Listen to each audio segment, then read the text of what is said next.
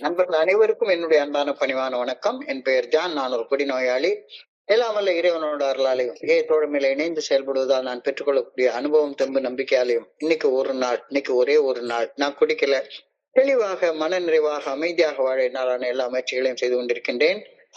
நண்பர் சொக்கலிங்கம் குறிப்பிட்டது போல கோயம்புத்தூர் ஒருங்கிணைப்பு குழு மனசாட்சியின் தீர்மானத்தின் அடிப்படையில டெய்லி ராத்திரி 9:30 to 10:30 மணி நடத்துற இந்த ஆன்லைன் மீட்டிங்ல 24 hours a day, 24 மணித்துளிகள் ஒரு நாள் அப்படின்ற புத்தகத்துல இருந்து ஒவ்வொரு நாளும் ஒவ்வொரு பக்கமாக எடுத்து வாசிச்சு விளக்கம் பார்த்து கலந்தாய் செய்து கூட்டத்தை நடத்தி கொண்டிருக்கின்றோம். அதன் தொடர்ச்சியாக இன்றைக்கு நாம அறிந்திருக்கிற பக்கம் ஆகஸ்ட் மாதம் 12ஆம் நாள். இந்த ஆகஸ்ட் மாதம் 12ஆம் நாளுக்கான சிந்தனையை முதல்ல வாசித்து அதற்கான விளக்கத்தை பார்த்து அதற்கு அப்புறமாக கலந்தாய்வு கடந்து செல்லலாம். ஆகஸ்ட் 12 சிந்தனையை வாசிப்பதற்கு நண்பர் சொக்கலிங்கம் அவர்களை அன்போட பணியோடு அழைக்கின்றேன். சொக்கலிங்கம், ஆகஸ்ட் 12. தேங்க்யூ. நன்றி சார். 24 மணித்துளிகள் ஒரு நாள், ஆகஸ்ட் 12. ஏஏ தோழமையின் இன்றைய சிந்தனை. ஏஏ தோழமை நமது கால் அடிகளில் வைத்துவிட்டு போயுள்ள சில எளிமையான ஆன்மீக உபகரணங்களை எடுத்துக்கொண்டு செயல்படுவதை தவிர வேறெதுவும் நம்மிடம் நிச்சயமாக இல்லை. அவ்வாறு செயல்படுவதால் நாம் ஒரு வகை ஆன்மீக அனுபவத்தை நாம் பெறுகின்றோம். அந்த ஆன்மீக அனுபவம் நமது வாழ்வையும் நமது வாழ்க்கை சூழ்நிலைகளையும் இறையருள் பேராற்றலை குறித்து நாம் ஏற்கனவே கொண்டிருந்த மனப்பான்மையையும் முற்றிலும் மாற்றி அமைக்கின்றது. அற்புதமான முறையில் நம்மை படைத்தவர் நம் இதயங்களிலும் வாழ்விலும் நுழைந்து விடுவார். இது சர்வ நிச்சயம். இது நமது வாழ்வின் இன்றைய மையமான சத்தியம். நமக்கு நாமே செய்து கொள்ள இயலாதவற்றை இறையருள் பேராற்றல் நமக்காக செய்ய ஆரம்பித்து விட்டதை நாம் உணர்வோம். இறையருள் பேராற்றலை எனக்குள் நான் அனுமதித்து விட்டேனா? இன்றைக்கான தியானம். நான் செய்யும் ஒரு செயல் தவறு என்று எனக்கு தோன்றும் போதும் என் சக மனிதது ஒரு செயல் அவ்வாறு இருக்கக்கூடாது என்று நான் கருதும் போதும் அக்கணமே அத்தவறுகள் சரி செய்யப்பட்டாக வேண்டும் என்றும் சக மனிதர்கள் மாற்றம் அடைய வேண்டும் என்றும் நான் பிரார்த்திக்க வேண்டிய கடமை எனக்குள் ஆரம்பமாகின்றது. என் சூழ்நிலைகளிலும் என்னை சுற்றி இருப்பவர்களிடமும் என்ன தவறு உள்ளது என்று சிந்தித்து சரி செய்யும் பொறுப்பை நான் ஏற்றுக்கொள்ள வேண்டும்.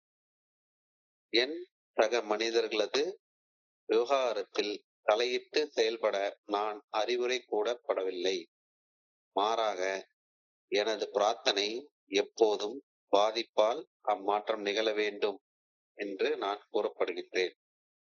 காலப்போக்கில் எனது வாழ்வு முழுமையாக மாற்றமடைவதையும் தீமைகள் மறைவதையும் நான் காண்பேன். நான் எங்கிருந்தாலும் அங்கு நன்மையின் சக்தியாக என்னால் இருக்க முடியும். இன்றைக்கான பிரார்த்தனை. இறையருள் பேராற்றலுடன் இணைந்து செயலாற்ற வேண்டுமென வேண்டுகின்றேன். எடுத்துக்காட்டாக வாழ்வதன் மூலம் என் சக மனிதர்களுக்கு பணி செய்து கிடக்க வேண்டுமெனவும் செய்கிறேன். நன்றி இறைவா. நன்றி சார். நன்றி சொக்கலிங்கம். நண்பர்கள் அனைவருக்கும் மீண்டும் ஒருமுறை என்னுடைய அன்பான பணிவான வணக்கங்களை தெரிவித்துக் கொள்றேன். என் பெயர் ஜான். நான் ஒரு குடிநோயாளி. எல்லாமல்ல இறைவனோட அருளாலையும் தோழமையில இணைந்து செயல்படுவதால் நான் பெற்றுக்கொள்ளக்கூடிய அனுபவம் தெம்பு நம்பிக்கையாலையும் இன்னைக்கு ஒரே ஒரு நாள் நான் குடிக்கல, தெளிவாக மன நிறைவாக அமைதியாக வாழ என்னால் அநேக முயற்சிகளையும் செய்து கொண்டிருக்கின்றேன். தோழமையில இணைந்த ஆரம்ப காலகட்டங்கள்ல எல்லா குரூப்லயும் ஒரு ஸ்லோகன் தொங்க விட்டுருப்பாங்க. But for the grace of God அப்படின்னு ஒரு ஸ்லோகன் தொங்க போட்டிருப்பாங்க. இறைவன் அருள் இல்லாது இருந்திருந்தால். இது என்னது? பாதி அர்த்தம் மட்டும் இருக்கு, முழுசா என்ன? இறைவன் அருள் இல்லாது இருந்திருந்தால் என்ன நடந்திருக்கும் அப்படின்னு சொல்லியிருக்கணுமா இல்லையா அப்படின்ற சிந்தனை எனக்குள்ளார எழும். ஒரு நாள் நான் என்னுடைய குருஜி கிட்ட பேசிட்டு இருந்த நேரத்துல இத கேட்டேன். But for the grace of God அப்படின்னு எழுதியிருக்காங்களே, அப்படின்னா என்ன அர்த்தம் அப்படின்னு சொல்லி கேட்டப்ப அவர் வந்து அந்த அந்த ஸ்லோகன் ஆரம்பிச்ச வரலாறு எனக்கு சொன்னார். அந்த ஸ்லோகனை எழுதினவர் ஒரு பெரிய மகான். அவர் வந்து சிறைச்சாலைகள்ல தூக்கு தண்டனைக்கு தூக்கு போடுறதுக்கு அழைச்சிட்டு போற கைதிகள் அழைச்சிட்டு போறத பின்னால உட்கார்ந்து பார்த்துட்டு இருப்பாரு. பார்த்துட்டு இருக்கிற நேரத்துல அவர் மனசுல ஒரு எண்ணம் ஓடுமா, கடவுளுடைய அருள் மட்டும் இல்லாது இருந்திருந்தால் நான் செஞ்ச தப்புக்கு என்னையும் கழுத்துல கயிறு கட்டி இப்படி தொங்க போட்டிருப்பாங்களே அப்படின்னு யோசிச்சுட்டு அந்த ஸ்லோகனை அவர் எழுதினாராம். But for grace of God. அப்ப நான் இங்க வந்து மீட்டிங்க்கு வந்ததுக்கு அப்புறமாக நிறைய நண்பர்களை நான் பாக்குறேன். 1 வருஷம், 2 வருஷம், 90 நாள், 40 நாள், சில நண்பர்கள் 10 வருஷம் கழிச்சு, சில ஒரு நண்பர்லாம் 25 வருஷம் கழிச்சு போய் குடிச்சிட்டு அகால மரணம் அடைந்த நண்பர்களை நான் பாக்குறேன். என்னுடைய இந்த 30 வருட அனுபவத்துல நிறைய நண்பர்கள் அந்த மாதிரி நான் பார்த்திருக்கிறேன். திரும்ப போய் குடிச்சு அகால மரணம் அடைந்த மனிதர்களுடைய அனுபவத்தை நான் பார்த்திருக்கிறேன். அப்ப எனக்கு இந்த ஸ்லோகனுடைய உண்மையான அர்த்தம் தெரிஞ்சது. But for the grace of God there go I. இறைவன் அருள் இல்லாது இருந்திருந்தால் நானும் அந்த அகால மரணம் அடைந்த மனிதரை போலத்தான் நான் வாழ்ந்திருப்பேன் அப்படின்ற எண்ணம் வந்து எனக்கு ஆழமாக பதிய ஆரம்பிச்சது. 14/2/1997 அன்னைக்கு நான் எப்படி இருந்தேன் அப்படின்ற என்னுடைய நிலைய பின்னோக்கி பார்த்தா, நான் இன்னும் ஒரே ஒரு கோப்பை மது சாப்பிட்டு இருந்தா நான் கண்டிப்பா செத்து போயிருப்பேன். கண்டிப்பா செத்து போயிருப்பேன். அதுல சந்தேகமே கிடையாது. கடவுளுடைய அருளால, இறையர் பேராற்றலுடைய அருளால அது நடக்கல. அப்ப நான் அவ்வாறு இறக்காமல் இருக்கணும் அப்படின்னு சொன்னா நான் என்ன செய்யணும் அப்படின்ற கருத்து தான் இன்னைக்கு சிந்தனையில கொடுக்கப்பட்டிருக்கிறது. இறைவனுடைய அருள் மூலமாக சில நண்பர்கள் என் காலடியில வாழ்வாங்கு வாழ்றதற்கான ஒரு செயல் திட்டத்தை என் கையில கூட கொடுக்கல. குனிஞ்சு பணிவோட என் காலடியில வச்சுட்டு போயிட்டாங்க. என் காலடியில வச்சுட்டு போயிட்டாங்க. அப்ப நான் இறக்காமல் இருக்கணும்னா நான் பணிவோட குனிஞ்சு என் காலடியில வைக்கப்பட்டிருக்கிற அந்த 12 படிகள் அடங்கிய மீட்படையும் செயல் திட்டத்தை என்னுடைய கைகள்ல எடுத்து நான் செயல்பட ஆரம்பிக்கணும். நான் இறக்காமல் இருக்க தோழமை என் காலடிகளில் வைத்திருந்த எளிமையான ஆன்மீக உபகரணங்களை கையில் எடுத்து நான் செயல்பட்டாக வேண்டி இருந்தது. இறைவனர்கள் இல்லாம இருந்திருந்தால் இந்த என் காலடியில வைக்கப்பட்டிருக்கிற ஆன்மீக உபகரணங்களை நான் கையில எடுத்திருக்க மாட்டேன். ஒண்ணு நான் மரணத்தை விளைவிக்கக்கூடிய மதுவை இன்னொரு கோப்பை குடிச்சு செத்து போயிருக்கணும். இல்லைன்னா என்னுடைய காலடியில வைக்கப்பட்டிருந்த 12 படிகள் அடங்கிய மீட்படையும் செயல் திட்டத்தை கையில் எடுத்து செயல்படணும். 2 தவிர வேற தேர்வு என் கையில் இல்லை, வேற சாய்ஸ் என் கையில் இல்லை. நிம்மதி நிம்மதி உங்கள் சாய்ஸ் அப்படின்னு ஒரு சீரியல் ஒண்ணு எடுத்தாங்க. தீர்வு தேர்வு முற்றிலும் என் கையிலேயே விடப்பட்டிருந்தது. நான் தான் சூஸ் பண்ணணும். ஒண்ணு குடிச்சு சாக போறேன்னா, அல்லது என் காலடியில வைக்கப்பட்டிருக்கிற ஆன்மீக உபகரணங்களை கையில எடுத்து வாழ்க்கையாக வாழ்ந்து வாழ்வாங்க வாழ போறேனா, இது என் கையில தான் சாய்ஸ் இருக்கு. என்னுடைய தன்னலமும் என்னுடைய தன்முனைப்பும் என்னை முற்றிலுமாக நாசம் செய்து விட்டிருந்த நிலையில எனக்கு தேவைப்பட்ட அந்த சரணாகதி மனநிலை இன்றைய சிந்தனையின் முதல் வரியின் மூலமாக தெளிவாக எடுத்து சொல்லப்பட்டிருக்கிறது. Self will run riot. தன்னலத்தால சர்வத்தையும் நாசம் செய்து கொண்ட ஒரு மனுஷனுடைய வாழ்க்கைக்கு நான் வந்து பெர்ஃபெக்டான உதாரணம்.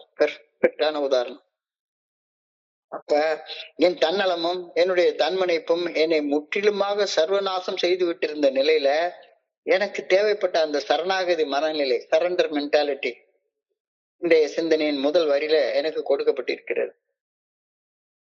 There was nothing left for us but to pick up the simple kit of spiritual tools laid at our feet by the Fellowship of Alcoholics Anonymous. நமக்கு என்ன தேர்வு வேற இருந்துச்சு?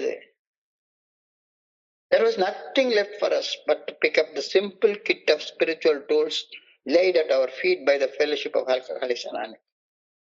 ஒண்ணு தோழமை பரிந்துரைக்கக்கூடிய 12 படிகள் அடக்கி மீட்படையும் செயல் திட்டத்தை கையில எடுத்து முழுமையான வாழ்க்கையை வாழணும், இல்லைன்னா குடிச்சு குடிச்சு சாகணும். இந்த ரெண்டுல ஒண்ணுதான்.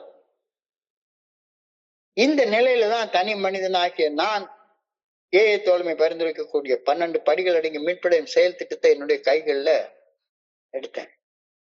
எனக்கு ஆதரவு காட்ட, அன்போடு என் தோல்ல கை போட்டு என்னை வழி நடத்தி செல்ல என்னுடைய ஸ்பான்சர் என் கூட இருந்தார். எடுத்துக்கோப்பா, நீ எடுத்துக்கோ. உன் காலில் கொண்டாந்து வச்சுட்டாங்க, ஆன்மீக உபகரணங்களை அவன் காலில் கொண்டாந்து வச்சுட்டாங்க. அவங்க பணிஞ்சு வச்சிருக்காங்க, உன் கையில கூட கொடுக்கல, காலில் பணியோடு கொண்டாந்து வச்சிருக்காங்க. நீங்க பணிஞ்சு எடுத்துக்கோ, நீ பணிஞ்சு எடுத்துக்கோ. அன்னைக்கு நான் இந்த ஆன்மீக உபகரணங்களை பணிஞ்சு கையில எடுத்து தீர்மானிச்சத கடவுளுடைய அருளால் மட்டும்தான். கடவுளுடைய அருள் இல்லாது இருந்திருந்தால் நானும் என்னைக்கோ குடிச்சு குடிச்சு செத்து போயிருப்பேன். இந்த ஆன்மீக கருவி அழிவுகரமாக என்னை அழித்துக் கொள்ளும் பழக்க அடிமைத்தனத்திற்கு பதிலாக பயன்படுத்தப்பட வேண்டிய ஒரு நடைமுறை தினசரி பயிற்சியை எனக்கு கொடுக்குது. 2 சாய்ஸ்ல ஒண்ணு தினசரி நான் நினைச்சதெல்லாம் செய்யணும், செயல் அடிமையாக ஒரு அடிக்டாக என்னுடைய உணர்வுகள் என்ன எங்கெங்க இழுத்துட்டு போதோ அந்த இடத்துல எல்லாம் போய் ஒரு செயல் அடிமையாக வாழணும். அதற்கு பதிலாக, அதற்கு மாற்றாக ஒரு கொடுக்கப்பட்டிருக்கிற வாழ்க்கை முறைதான் இந்த 12 படிகள் அடங்கிய மீட்படையும் செயல் திட்டம். தினசரி இதை கடைபிடிக்கணும். சோ இந்த ஆன்மீக கருவி அழிவுகரமாக என்னை நானே அழித்துக் கொள்ளும் பழக்க அடிமைத்தனத்திற்கு பதிலாக பயன்படுத்தப்பட வேண்டிய நடைமுறை வாழ்க்கை முறைய தினசரி பயிற்சியாக எனக்கு வழங்குகின்றது. தோழமையில இணைந்து செயல்படும் அந்த நான் எனது மது போதையான உடல் நிதானத்தையும் அதன் அடுத்த எல்லையாகிய உணர்வுகளில் தெளிவுத்தன்மையும் பேணி போற்றி பாதுகாக்க ஒரே ஒரு வழிதான் இருக்கு. அந்த வழி என்னுடைய காலடியில தோழமை வைத்துள்ள 12 படிகள் அடக்கி மீட்படையும் செயல் திட்டம். இந்த செயல் திட்டத்தை பணியோட என் கையில எடுத்து வாழ்க்கையாக வாழ்றது மட்டும்தான் நான் உயிர் பிழைச்சு வாழ்வதற்கான ஒரே ஒரு வழி. எனக்கு வேற வழி இல்ல. இது எடுத்துக்கிட்டு தான் ஆகணும். ஒண்ணு, என் காலடியில வைக்கப்பட்டிருக்கிற 12 படிகள் அடங்கி மீட்படையும் செயல் திட்டத்தை பணியோட எடுத்து வாழணும், இல்லாட்டி போனா குடிச்சு சாகணும். இந்த 2 தவிர வேற தீர்வு கிடையவே கிடையாது அப்படின்னு இன்றைய சிந்தனையில சொல்றாங்க. நம்மளும் அதை குறிச்சு ஆழமாக சிந்திச்சு பார்ப்போம். எனக்கு என்ன வேற சாய்ஸ் இருக்கு? வேற சாய்ஸே கிடையாது. என் காலடியில வைக்கப்பட்டிருக்கிற 12 படிகள் அடங்கிய மீட்படையும் செயல் திட்டத்தை எடுத்துக்கணும், இல்லாட்டி போனா சாகணும். இந்த 2ல ஒண்ணுதான். குடிச்சிட்டு வாழ முடியாது. குடி நோயாளியாகிய நான் இனிமேலையும் சேஃபா குடிச்சிட்டு வாழ முடியாது அப்படின்றது தெளிவாக தெரிஞ்சு போச்சுது. இந்த இடத்துலதான் அழகான ஒரு கருத்து சொல்றாங்க. ஆன்மீக கருவிகளை பயன்படுத்துறது எப்படி? ஒரு வார்த்தையை சொல்றாரு, மைண்ட்ஃபுல் பாஸ். விழிப்புணர்வுடன் கூடிய இடைநிறுத்தம். Pause pray proceed. அதாவது என் மனசுல ஏதாவது ஒரு எண்ணம், தப்பு செய்யணும் அப்படின்ற எண்ணம் வந்துட்டா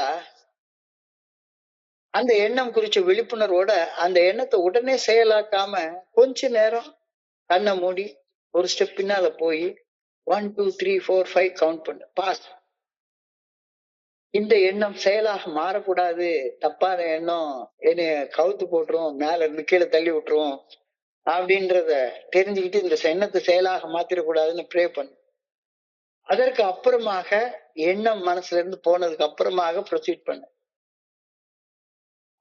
விழிப்புணர்வுடன் கூடிய இடைநிறுத்தம், மைண்ட்ஃபுல் பாஸ்.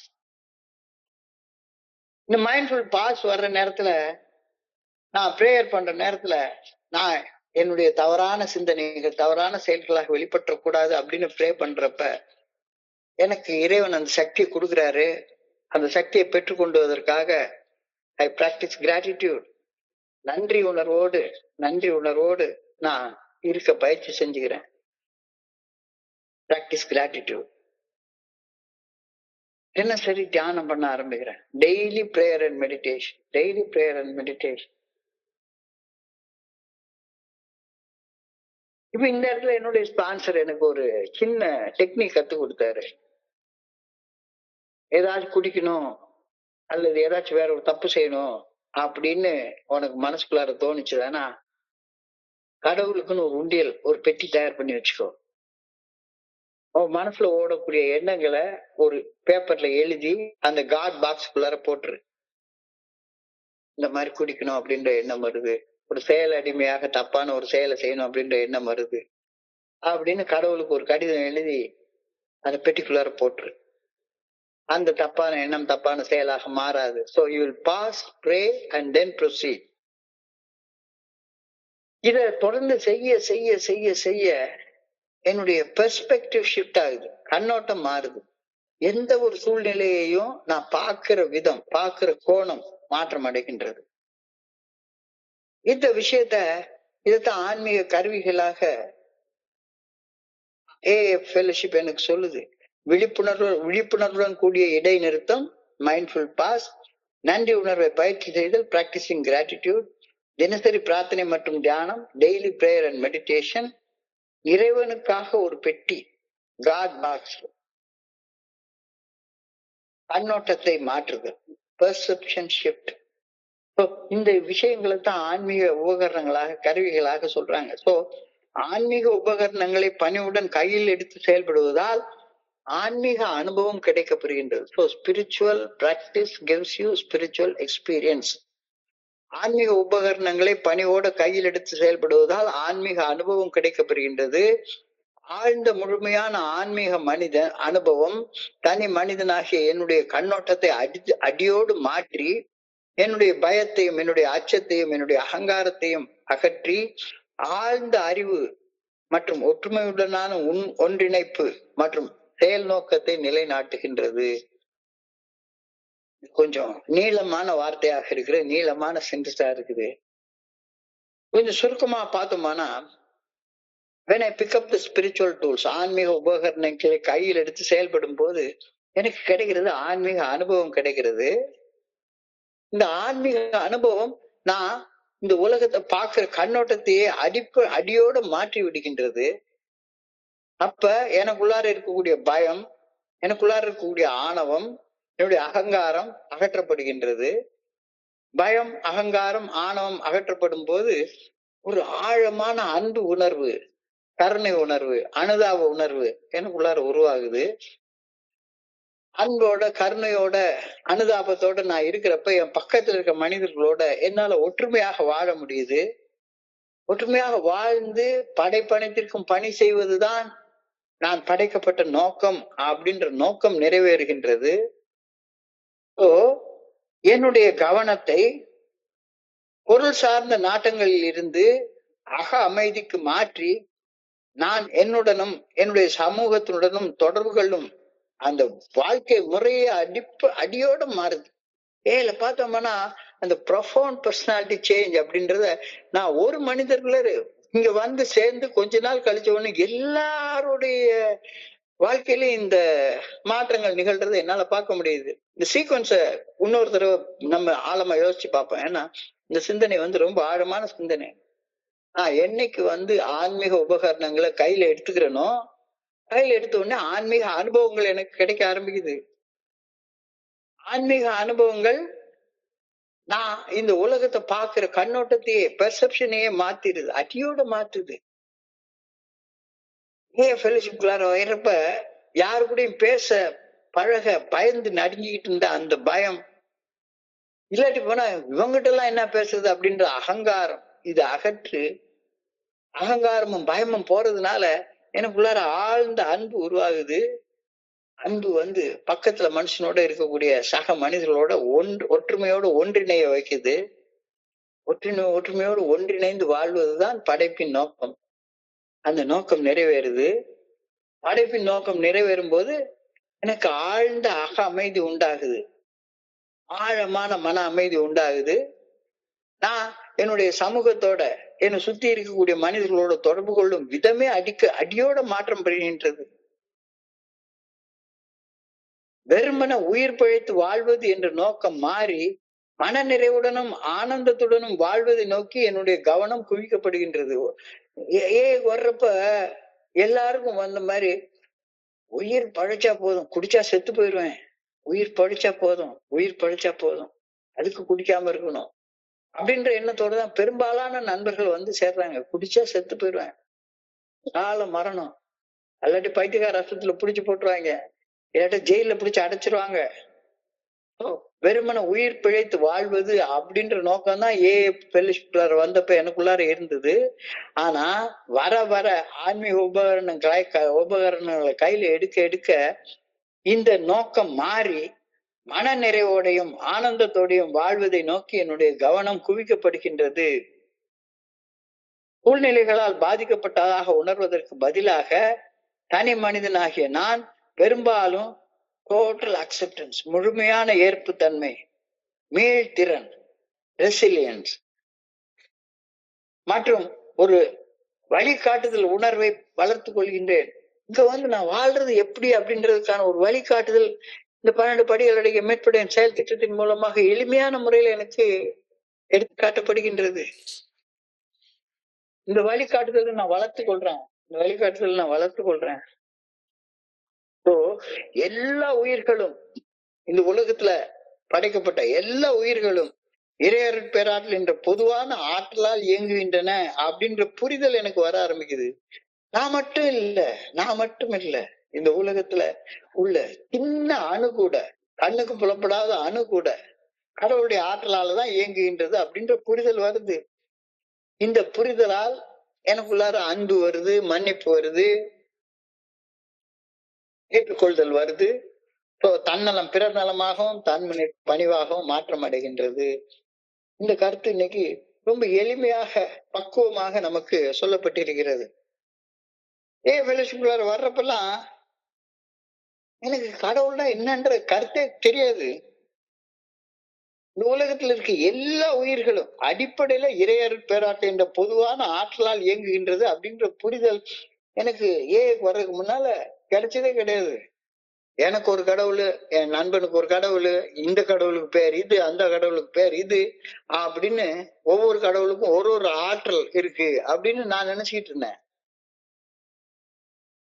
எங்க வீட்டுக்கு பக்கத்துல இருக்க பிள்ளையாருக்கு ஆற்றல் கம்மி, எங்க வீட்டுல இருந்து 10 கிலோமீட்டர் தூரத்துல இருக்கிற நெல்லையப்பருக்கு ஆற்றல் ஜாஸ்தி, 150 கிலோமீட்டர் தொலைவுல இருக்கிற சுந்தரேஸ்வரருக்கு இன்னும் கொஞ்சம் ஆற்றல் ஜாஸ்தி, அதை விட 600 கிலோமீட்டர் தொலைவுல இருக்கக்கூடிய திருப்பதி ஏழுமலையானுக்கு அதை விட பயங்கர ஆற்றல், இன்னும் 2000 கிலோமீட்டர் தள்ளி இருக்கக்கூடிய கைலாசத்துல இருக்கக்கூடிய பரமசிவனுக்கு ஆற்றலோ ஆற்றல் அப்படின்னு நான் நினைச்சிட்டு இருந்தேன். ஆனா எல்லா உயிர்களுக்குள்ளாரையும் இந்த பிரபஞ்சத்தை இயக்கக்கூடிய அந்த பேராற்றல் தான் எல்லாத்துக்கும் பொதுவான ஆற்றலாக இயக்குகின்றது அப்படின்ற புரிதல் வந்ததுக்கு அப்புறமா ஃபெல்லோஷிப்கார வந்ததுக்கு அப்புறம் தான் எனக்கு கிடைச்சது. இந்த புரிதலால எல்லா சக மனிதர்களிடத்துலயும் அன்பு உண்டாகுது, சக உயிர்களிடத்துல அன்பு உண்டாகுது. அந்த அன்பு மன்னிப்பை கொடுக்குது. அந்த மன்னிப்பு வந்து எல்லா மனிதர்களையும் கடவுளுடைய படைப்பாக ஏற்றுக்கொள்ள வைக்குது. என்னுடைய தன்னலம் இயற்கையாக பிறர் நலமாகவும், என்னுடைய தன்மன்னிப்பு இயற்கையாக பணிவாகவும் மாற்றம் பெறுகின்றது. இறையர் பேராற்றல், இந்த பிரபஞ்சம் பிரம்மாண்டமான பிரபஞ்சத்தை இயக்கக்கூடிய பேராற்றல் அப்படின்ற பிரமிப்பை எனக்குள்ளார உண்டாக்குது. ஃபெல்லோஷிப்குள்ளார வர்றப்ப நான் வந்து இந்த மாதிரி பிரமிப்பெல்லாம் உணர்ந்ததே கிடையாது. போதையை தான் உணர்ந்திருக்கேன். போதையை உணர்ந்துட்டு போதையில மட்டையாகிறது மட்டும்தான் எனக்கு தெரியும். தலைதான் கிரு கிரு கிரு கிருன்னு சுத்தும். பூமி சுத்துறதெல்லாம் என்னால தெரிஞ்சுக்கவே முடியாது. தலைதான் சுத்தும். போதையில உளர்றது. இறையருட் பேராற்றல், இந்த பிரம்மாண்டமான பிரபஞ்சத்தை இயக்கக்கூடிய இறையருட் பேராற்றல் அப்படின்ற உணர்வை உணரும் போது எனக்குள்ளார ஒரு பிரமிப்பை நான் உணர்றேன். நானும் இந்த பிரம்மாண்டமான ஆற்றலால் இயக்கப்படுவதை உணரும் போது இயற்கையாக எனக்குள்ளார ஒரு ஒருமைப்பாடு உண்டாகுதானே. எல்லாத்தையும் போல நானும் இந்த இறைவர் பேராற்றலால் இயக்கப்படுகின்றேன் அப்படின்ற ஒரு ஒருமைப்பாடு எனக்கு இயற்கையாக எனக்குள்ளார உருவாகுது. ஸோ இந்த உலகம் கைப்பற்றப்படவோ அல்லது சுரண்டப்படவோ தேவையில்லை. எல்லாமே எனக்குன்னு இருக்கிறப்ப எதை போய் நான் சுரண்டி எடுக்கணும், எதை போய் கைப்பற்றிக்கணும்? நானு இல்ல எனக்கு எனக்கு எனக்கு எனக்குன்னு எனக்குள்ளார கைக்குள்ளார போட்டுக்கணும்ன்ற தேவை இருக்கா என்ன? இந்த உலகத்தை கைப்பற்றப்படவும் இந்த உலகம் சுரண்டப்படவும் வேண்டிய ஒன்று அல்ல. கடவுளே என்னுடைய அப்பான்றப்ப எல்லாமே எனக்கு சொந்தமானது. இங்க இருந்து என்னத்தை சுரண்டி நான் வச்சுக்க போறேன்? இயற்கை மற்றும் பிரபஞ்சத்தின் மீது ஆழமான மரியாதையும் பொறுப்புணர்வும் உண்டாகுதா இல்லையா? ஸோ என் காலடியில வைத்திருக்கிற ஆன்மீக உபகரணங்களை எடுத்துக்கொள்ளும் போது ஏற்படக்கூடிய மாற்றங்களை கொஞ்சம் கொஞ்சம் கொஞ்சம் கொஞ்சமா சொல்லிக்கிட்டே வர்றாரு. By picking up the spiritual tools and practicing them, we get spiritual experience. Spiritual experience revolutionizes my whole attitude towards life, towards others, and towards God's universe. இந்த 4 வார்த்தைக்கு விளக்கத்தை தான் நான் முழுமையாக சொல்ல எடுத்தேன். ஆன்மீக உபகரணங்கள் கையில் எடுக்கும்போது ஆன்மீக அனுபவம் உண்டாகுது. ஆன்மீக அனுபவம் இந்த உலகத்தை நான் பார்க்கக்கூடிய கண்ணோட்டத்தை அடியோடு மாற்றுது. பயம் போயிடுது, அகங்காரம் போயிடுது, ஆணவம் போயிடுது, ஆழ்ந்த அன்பும் ஒற்றுமை உணர்வும் உருவாகுது. என்னுடைய கவனத்தை பொருள் சார்ந்த நாட்டங்களில் இருந்து மாற்றி நான் என்னுடைய சமூகத்தோட உறவு கொள்ளக்கூடிய விதமே மாற்றம் அடையுது. வெறுமன உயிர் பழிச்சு வாழ்றதுக்காக நான் படைக்கப்படல. அதையும் மீறி மன நிறைவோடையும் ஆனந்தத்தோடையும் வாழணும் அப்படின்ற வாழ்க்கையில என்னுடைய கவனம் குவிக்கப்படுகின்றது. சூழ்நிலைகளால் பாதிக்கப்படுவதற்கு பதிலாக நான் தனி மனிதர்கள் மீது பெரும்பாலான நம்பகத்தன்மை, ஏற்புத்தன்மை, மீள்திறன் அப்படின்றதெல்லாம் எனக்கு இந்த உபகரணங்களை கையில் எடுத்துக்கிறதுனால கிடைக்குது. So by picking up the spiritual tools and practicing them, we get spiritual experience. Spiritual experience revolutionizes my whole attitude towards life, towards others, and towards the God's universe. என்ன குறிச்ச கண்ணோட்டம், என்னை சுத்தி வாழக்கூடிய ஒரு சக உயிர்களுடைய குறிச்ச கண்ணோட்டம், இந்த பிரபஞ்சத்தை குறிச்ச கண்ணோட்டம், இது எல்லாம் மாறுது. என்னுடைய வாழ்க்கையில நான் உணர வேண்டிய மையமான உண்மை ஒன்றே ஒன்றுதான். நான் என்னுடைய வாழ்க்கையை என்னுடைய அறிவாற்றலால வாழவில்லை. என்னுடைய வாழ்க்கையை நான் இயக்கவில்லை. மாறாக இந்த பிரபஞ்சத்தை இறையர் பேராற்றிலே என் உடலில் உள்ள கண்ணுக்கு புலப்படாத சிறு சிறு செல்களில் உள்ள ஆற்றலாக என்னுடைய இயக்கம் அமைகின்றது. நான் என்னையே இயக்கிக் கொள்வது போல ஒரு பொய் தோற்றம் தோன்றுது. இப்ப நான் பேசுறேன், ஏதோ படிக்கிறேன், என் மூளை வேலை செய்யுது. என் மூளை யார் இயக்குறது? நான் இயக்கலையே. எனக்குள்ளார ஒரு ஆற்றல் இருந்துதானே இயக்கி கொண்டிருக்கிறது. ஆனா பொய் தோற்றம் என்ன? நான் என்னை இயக்குகிற மாதிரி ஒரு பொய் தோற்றம் தோன்றுகிறது. அது பொய்யான தோற்றம். சோ எனக்குள் அருவமாக இருந்து மறைவாக இருந்து இருக்கும் இறையர் பேராற்றின் இயக்கம் தான் என்னை இயக்குகின்றது அப்படின்ற புரிதல் எனக்கு வருகின்றது. எனக்கு உள்ளும் புறம் நிகழக்கூடிய அனைத்தும் அதிசயங்கள் தான். The central fact of our lives lies today is the absolute certainty that our Creator has entered into our hearts and lives, and there is a way that is indeed miraculous. நம்மை படைத்தவர் அற்புதமான வகையில நம்மளுக்குள்ளார பிரவேசம் பண்ணிட்டார் அப்படின்ற உண்மையே தோழமையில வர்றப்ப நாம புரிஞ்சு கொள்றோம். The central fact of our lives today is the absolute certainty that our Creator has entered into our hearts and lives. There is a way that is indeed miraculous. வள்ளலாருடைய விளக்கத்தை என்னுடைய குருஜி அடிக்கடி சொல்லுவாரு. அருவம் பிளஸ் உள் அருள். அருவம் என்றால் மறைவாக இருப்பது, உள் என்றால் உள்ளே இருப்பது, அருவமாக உள்ளிருப்பது அருள், இறைவனுடைய அருள். இறைவன் அருள் இல்லாது இருந்திருந்தால் என்ன ஆயிருப்பேன்? நான் இந்நேரத்துக்கு செத்து போயிருப்பேன். அருவம் என்றால் உருவமற்றது, கண்ணுக்கு புலப்படாதது. உள் என்றால் நமக்குள் இருப்பது, உருவமற்ற அந்த ஆற்றல் அல்லது அந்த பேரொளி அல்லது பரம்பொருள் நமக்குள்ளே இருந்து நமக்கு ஒரு நல்ல ஒழுங்கான வழிகாட்டுதலை காட்டும் நிலையில இருந்து கொண்டே இருக்கிறது. இருந்து கொண்டே இருக்கிறது. தோழமை பரிந்துரைக்கக்கூடிய 12 படிகள் அடங்கி மீட்படையும் செயல் திட்டத்தை வாழ்க்கையாக வாழ்வது மிகுந்த வழி தரவல்ல அனுபவம் என்பதுல சந்தேகமே கிடையாது. இவ்வளவு ஈஸியா நம்ம தியாகம் பண்ணிட முடியாதுல்ல. இருக்கிற எல்லாத்தையும் விட்டுவிட்டு ஏன் வீடு, ஏன் காரு, என்னுடைய இது எல்லாத்தையும் விட்டுவிட்டு அந்த பற்றை விட்டுவிட்டு வாழ்றது அவ்வளவு ஈஸி கிடையாது. தோழமை பரிந்துரைக்கக்கூடிய 12 படிகள் அடங்கிய மீட்படையும் செயல் திட்டத்தை வாழ்க்கையாக வாழ்வது மிகவும் வழி தர வல்ல அனுபவம் அப்படின்றத சந்தேகமே இல்லை. ஆனா இத வாழ்ந்தா கடவுள் உனக்கு ஒரு அபரிமிதமான வாழ்க்கையை கொடுக்குறேன்னு வாக்குறுதி கொடுத்திருக்கிறார். ஏயுடைய 12 வாக்குறுதிகள். If you are painstaking at the stage of progress, you will be amazed when you are halfway through. You will realize that God does for you what you cannot do for yourself அப்படின்ற வார்த்தைகள் தோழமையுடைய பெரிய புத்தகத்துல அழகாக கொடுக்கப்பட்டிருக்கிறது. வளர்ச்சி இந்த காலகட்டத்தில் உருவாகும் வழிகளை சகித்து கொண்டு ஆர்வமாக உள்ளிருந்து நமக்கு நல்ல ஒழுங்கான வழிகாட்டும் இறையர் பேராற்றல் காட்டும் பாதையில் பயணித்தால் நமக்கு வாக்குறுதிகள் நிறைவேறும். அதிலும் குறிப்பாக அந்த இறுதி வாக்குறுதி, நமக்கு நாமே செய்து கொள்ள முடியாதவைகளை இறைவன் நமக்காக செய்கின்றார் என்பதை திடீரென உணர்ந்து கொள்வோம். God will commence to accomplish those things that we could not do for ourselves. அப்ப நமக்கு நாமே செய்து கொள்ள முடியாத பல விஷயங்கள் நம்முடைய வாழ்க்கையில நிறைவேறணும் அப்படின்னு சொன்னா அந்த சரண்டர் ஆக்ட் மூலமாக நடக்கும். நாம செய்ய வேண்டியது அந்த சரண்டர். இறையர் பேராற்றல் செய்ய வேண்டிய வேலையை நம்மளால செய்ய முடியாது. நாம செய்ய வேண்டிய வேலையை இறையர் பேராற்றல் நமக்காக செய்யாது. நான் மட்டும் இறைவனுக்கு பணிந்து செயல்பட ஆரம்பிச்சுட்டா வாக்குறுதிகள் நிறைவேறும். I felt the good orderly direction of God in my life. இறையர் பேராற்றின் நல்ல ஒழுங்கான வழிகாட்டுதலை எனக்குள்ளார நான் அனுபவித்து உணர்கின்றேனா? ஒரு கேள்வி. இறைவனை என்னைய வழி நடத்த அனுமதிச்சிட்டேனா? மனசாட்சிக்கு பணிஞ்சு மனசாட்சி உறுத்தக்கூடிய செயல்களை செய்யாமல் மனசாட்சி சரின்னு செய்யக்கூடிய செயல்களை செய்யவும் நான் அனுமதிக்கின்றேனா?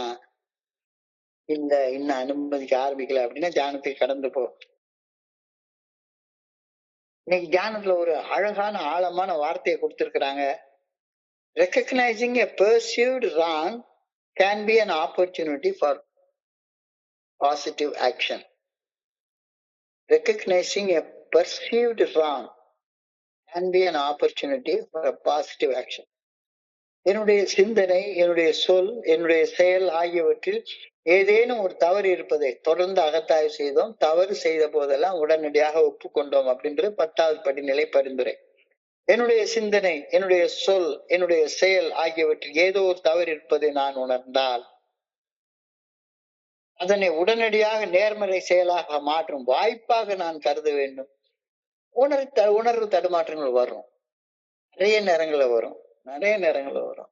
அப்போ உணர்வுகள் தடுமாறக்கூடிய நேரத்துல எல்லாத்துலயுமே அந்த உணர்வு தடுமாற்ற நேரங்கள் நான் நேர்மறையாக என்னை மாற்றிக் கொள்வதற்காக இறைவன் கொடுக்கும் வாய்ப்புகளாக அவற்றை பார்க்கணும் அப்படின்ற கருத்துல கவனத்தை குவிச்சு தியானிக்குமாறு இன்னைக்கு சொல்லியிருக்காங்க. இது தவறு என நான் உணரும் தருணம் எனது எதிர்மறை சிந்தனைகளை நேர்மறை சிந்தனைகளாக மாற்றி அமைத்துக் கொள்ளக்கூடிய தருணங்களாக அமைகின்றன. எஸ், சோதனைகள் வரும், டெம்டேஷன் வரும், நிறைய வரும். அதுவும் கடல் அலை போல தொடர்ந்து வந்துகிட்டே இருக்கும். அப்ப நான் தவறு செய்ய வேண்டும் என்று சோதிக்கப்படக்கூடிய தருணங்கள் எல்லாமே என்னுடைய வாழ்க்கையை நேர்மறை பாதையில செலுத்துவதற்கு இறைவன் எனக்கு கொடுக்கக்கூடிய வாய்ப்புகளாக அவற்றை பார்க்கணும் அப்படின்ற கருத்து இன்றைக்கு தியானத்துல முதல் வரியாக கொடுக்கப்பட்டிருக்கிறது. Frustration. Turn frustration into intercession. Turn frustration into intercession. Channel frustration into intercession. விரக்தியை பரிந்துரை பிரார்த்தனையாக மாற்றுவதன் மூலமாக நேர்மறை மாற்றத்தையும் புரிதலையும் வளர்ப்பதில் என்னால கவனத்தை செலுத்த முடியும் அப்படின்னு ஒரு கருத்து சொல்றாங்க. விரக்தியா இருக்குது, என்னடா வாழ்க்கை இது, வாழ்றது செத்து போயிடலாம் அப்படின்னு தோணுது. இப்ப விரக்தியை எனக்கு விரக்தி ஏற்படுத்தக்கூடிய மனுஷன் ஒருத்தன் என்னைய விரக்தி ஏற்படுத்துறான்.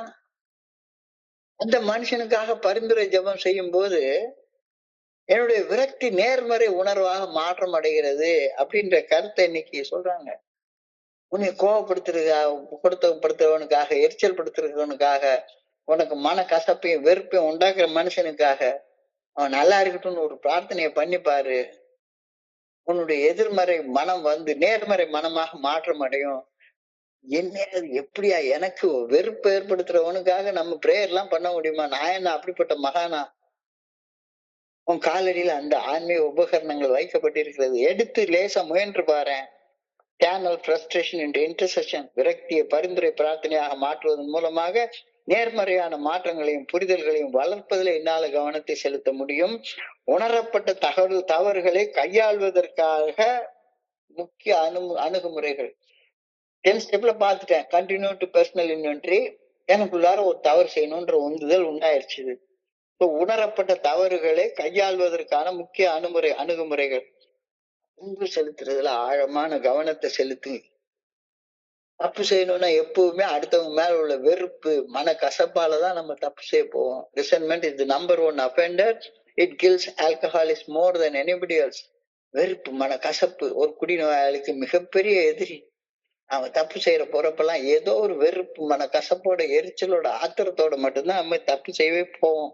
சோ அந்த வெறுப்பு மன கசப்பு அன்பு செலுத்தக்கூடிய ஒரு விஷயமாக மாற்றுறதன் மூலமாக ஆழமான கவனத்தை அதுல செலுத்துறதன் மூலமாக என்னால அந்த எதிர்மறை சூழ்நிலைய நேர்மறை சூழ்நிலையாக மாற்றிக்கொள்ள முடியும்.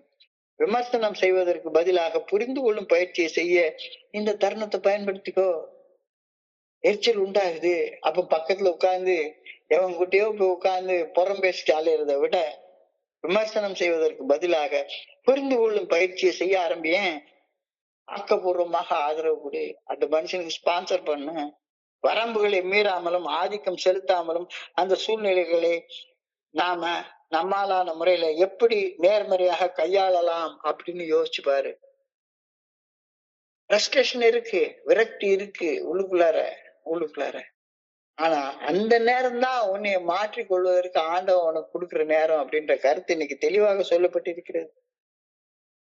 வரம்புகளை மீறாமலும் ஆதிக்கம் செலுத்தாமலும் அந்த சூழ்நிலையை அல்லது அந்த நபரை நான் எப்படி நேர்மையாக கையாளலாம் என்று சிந்தித்து பாரு.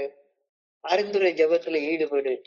அப்ப இது ரொம்ப முக்கியமான ஒண்ணு. யார் மேலே எனக்கு ரொம்ப கோபம் இருக்கட்டும் அப்படின்னு சொன்னா சரிதான், எரிச்சல் வருது, ஆத்திரம் வருது, வெறுப்பு வருது, மன கசப்பு வருது அப்படின்னா அந்த மனுஷருக்காக ஒரு நிமிஷம் கண்ணை மூடி பிரார்த்தனை பண்ணு. Moment a thing seems to worry me or a person or action not what I think they should be, the moment begins my obligation and responsibility to pray for those wrongs to be righted and that person to be changed. ரொம்ப ஒரு ஆழமான கருத்து. எனக்கு உள்ளார தவறு செய்யணும் அப்படின்ற ஒரு அதிதீவிர ஊந்துதல் உண்டாகுது. அல்லது என் முன்னால் இருக்கக்கூடிய என்னுடைய சக மனிதன் இது என்னடா மனுஷன் இருந்தாலும் இவெல்லாம் மனுஷனா அப்படின்னு எனக்கு நினைக்க தோணுது. அந்த நேரத்துலதான் உனக்கு ஒரு கடமை இருக்கு, உனக்கு ஒரு பொறுப்பு இருக்கு. என்ன செய்யணும்? அந்த மனுஷனுக்காக ஒரே ஒரு வார்த்தை பிரேயர் பண்ணும், நல்லா இருப்பா அப்படின்னு. நல்லா இருப்பா, அந்த மனுஷன் மாறணும் அப்படின்றதுக்காக பிரயத்னம் பண்ணணும். நான் செய்யக்கூடிய ஒரு செயல் தவறு என்று எனக்கு தோன்றும் போதும், என்னுடைய சக மனிதரது ஒரு செயல் இவ்வாறு இருக்கக்கூடாதுன்னு நான் கருதும் போதும், அக்கணம் அத்தவறுகள் சரி செய்யப்பட வேண்டும் எனவும் என்னுடைய சக மனிதர்கள் மாற்றம் அடைய வேண்டும் எனவும் நான் பிரார்த்திக்க வேண்டிய கடமையும் பிரார்த்திக்க வேண்டிய பொறுப்புணர்வும் எனக்குள்ளார அப்பதான் ஆரம்பமாகுது. கடமையும் பொறுப்புணர்வும், duty and responsibility. I have an obligation, I have an responsibility. என்ன எனக்குள்ளார ஒரு எரிச்சல் உண்டாகுது, ஒரு வெறுப்பு மனக்கசப்பு உண்டாகுது. என்னடா உலகம் இது, இந்த உலகத்தை எப்படா வாழ்றது அப்படின்னு எனக்கு நேரத்துல அந்த நேரத்தை உன்னைய மாற்றிக்கொள்வதற்காக இறைவன் கொடுத்திருக்கிற ஒரு வாய்ப்பாக கருதி அந்த என்னுடைய சூழ்நிலை மாறணும், என்னுடைய சக மனிதர்கள் மாறணும் அப்படின்னு பிரார்த்திக்க வேண்டிய கடமையும் பிரார்த்திக்க வேண்டிய பொறுப்பும் எனக்கு அப்பதான் ஆரம்பமாகுதுன்றத புரிஞ்சுக்கோ அப்படின்னு இன்னைக்கு தியானத்துல சொல்லியிருக்காங்க.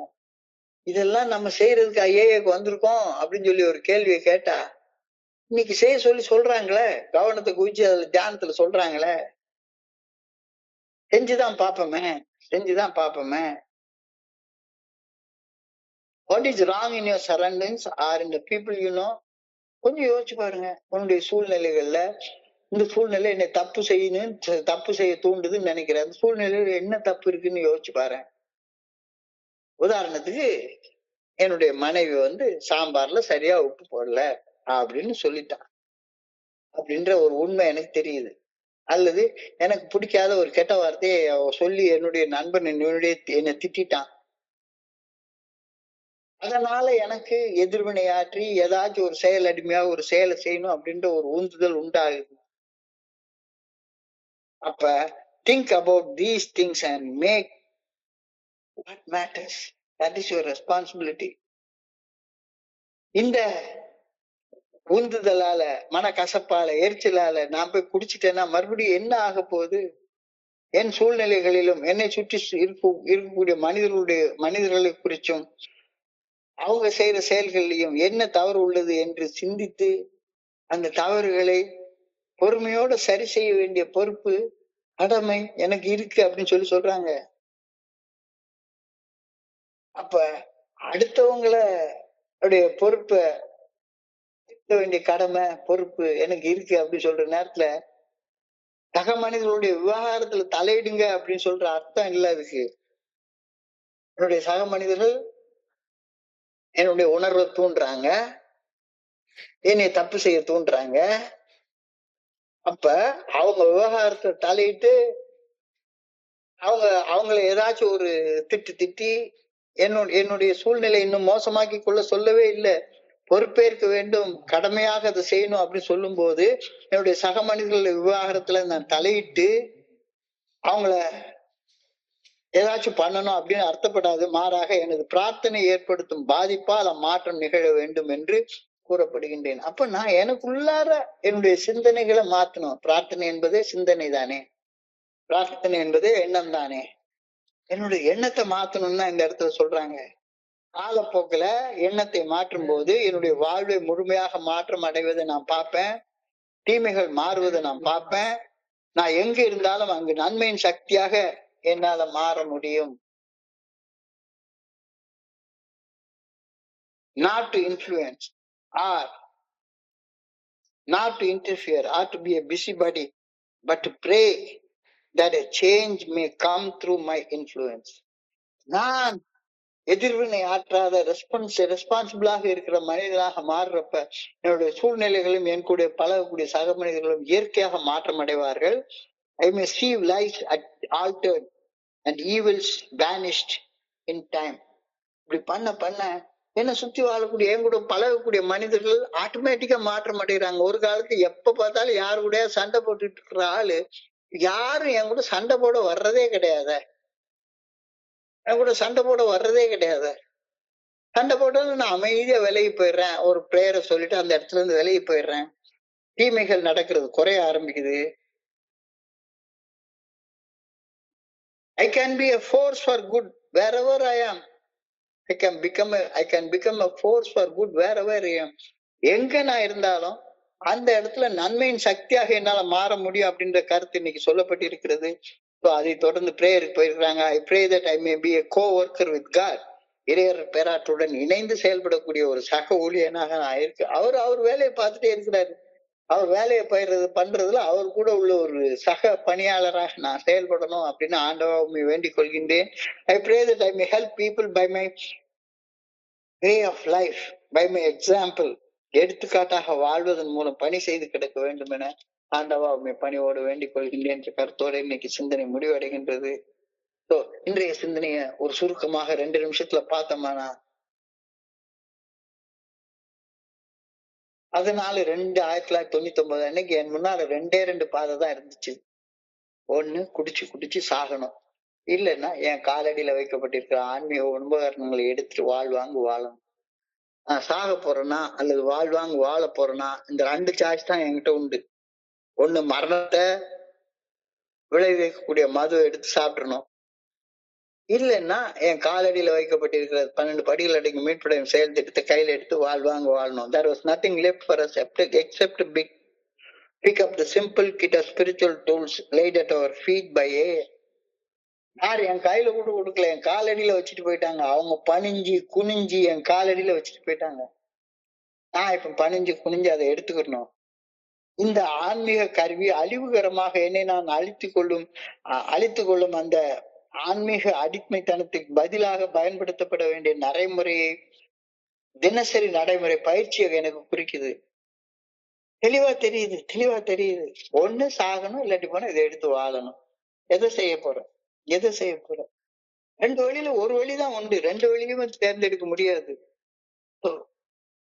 Mindful pause. தப்பு செய்யணும்னு நினைக்கிற நேரத்துல கண்ணை மூடு, ஒரு அடி பின்னால போ, 1 2 3 4 5 எண்ணு, pause, pray and proceed. Mindful pause. Practice gratitude. நன்றி உணர்வை பயிற்சி பண்ணு.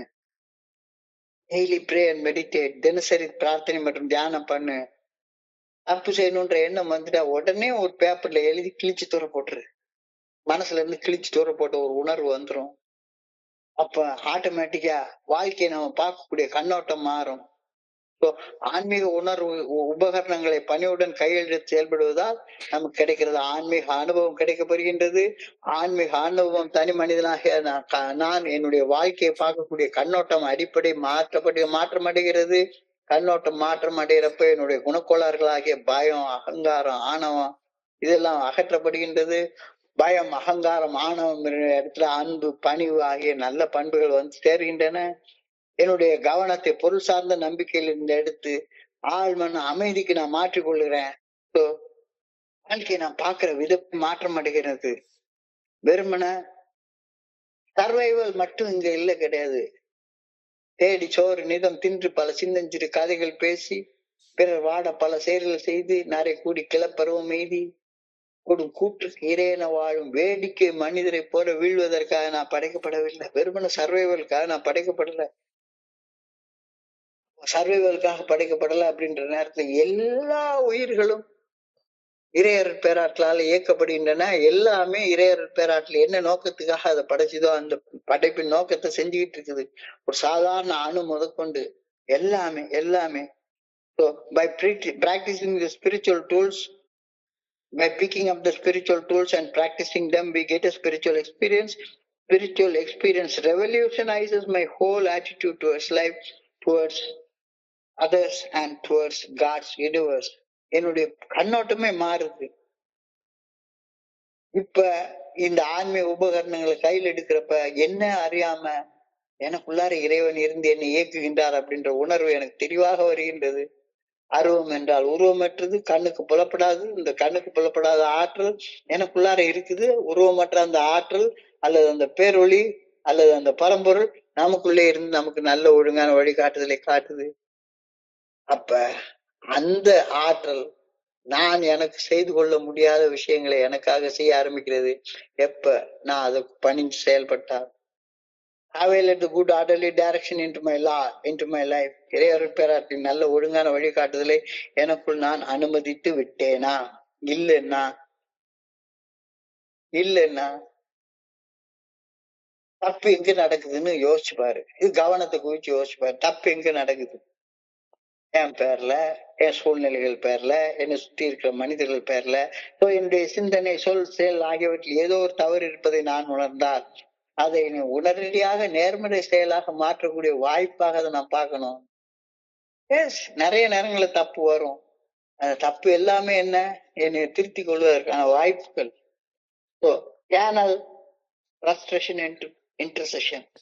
விரக்தியை பரிந்துரை பிரார்த்தனையாக மாற்றுங்கள். அதன் மூலமாக நேர்மறை மாற்றத்தை பெற்றுக் கொள்ளலாம். அன்பு செலுத்துவதில் ஆழமான கவனத்தை செலுத்து. ஆக்கப்பூர்வமான ஆதரவு கொடு. பரிந்துரை ஜெபத்துல ஈடுபடு. யாராச்சும் உன்னை கோபப்படுத்துறாங்கன்னா அந்த மனுஷன் நல்லா இருக்குன்னு பிரார்த்திக்கிறது உன்னுடைய பழக்கமாக மாற்றிக்கொள். பரிந்துரை ஜெபத்துல ஈடுபடு.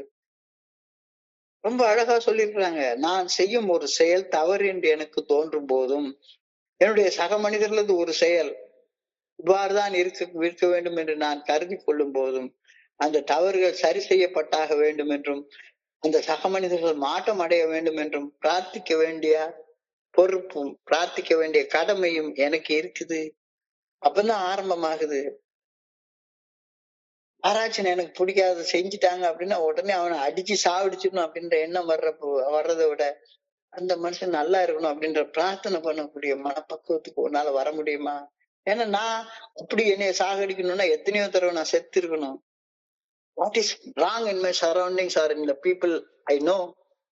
Think about these things and make matters your responsibility. எல்லா சூழ்நிலைகளிலும் என்னை சுற்றி இருப்பவர்களுக்கும் எனக்குள்ளும் என்ன தவறு இருக்கிறது என்று சிந்தித்து அந்த தவறு செய்வதற்கு பொறுப்பேற்றுக்கொள்னா அடுத்தவங்களுடைய விஷயத்துல தலையீடு அப்படின்ற அர்த்தம் கிடையாது. மாறாக எனது பிரார்த்தனை ஏற்படுத்தும் பாதிப்பால மாற்றம் நிகழ வேண்டும் என்று நான் கூறப்படுகின்றேன். காலப்போக்கில் என்னுடைய வாழ்க்கை முழுமையாக மாற்றம் அடைவதையும் தீமைகள் மாறுவதையும் நான் காண்பேன். நான் எங்கு இருந்தாலும் சரிதான், அங்கு நன்மையின் சக்தியாக என்னால் மாற முடியும். wherever I am I can become a force for good. wherever I am. இந்த விஷயம் அடுத்தவங்களுடைய விஷயத்த தலையிடுறதுன்றது கிடையாது. என்னுடைய நேர்மறையான பிரார்த்தனைகளின் மூலமாக, நேர்மறையான சிந்தனைகளின் மூலமாக என்னை சுத்தி வாழக்கூடிய என்னுடைய சக மனிதர்கள் மேல ஒரு நேர்மறையான தாக்கத்தை என்னால உருவாக்க முடியும் அப்படின்ற கருத்து இன்னைக்கு தெளிவாக அழகாக சொல்லப்பட்டிருக்கிறது. So I pray that I may be a co-worker with God. இறையர் பேராற்றலுடன் இணைந்து செயல்பட வேண்டும் என நான் பணிவோடு வேண்டிக் கொள்கின்றேன். I pray that I may help people by my example. எடுத்துக்காட்டாக வாழ்வதன் மூலம் பணி செய்து கிடக்க வேண்டும் என்று ஆண்டவா உண்மை பணிவோடு கேட்டுக்கொள்கின்றேன் அப்படின்ற கருத்து இன்னைக்கு தெளிவாக சொல்லப்பட்டிருக்கிறது. இன்றைய பகுதியை படிக்கிறப்ப என் மனதை கடந்து சென்ற சிந்தனைகளை கூட பகிர்ந்து கொள்ள இந்த நல்ல வாய்ப்பு உருவாக்கி கொடுத்த இந்த குழுவிற்கு என்னுடைய மிக பணிவான நன்றிகளை தெரிவித்துக் கொள்றேன். பொறுமையாக கேட்ட ஒவ்வொரு நண்பருக்கும் என்னுடைய பணிவான நன்றிகள். இந்த இரவு பொழுது நண்பர்களுக்கு இனிமையான இரவாக இறைவன பணியோட வேண்டிக் கொள்கின்றேன். நன்றி நன்றி நன்றி நன்றி நன்றி நன்றி. வாழ்க வையகம், வாழ்க வளமுடன்.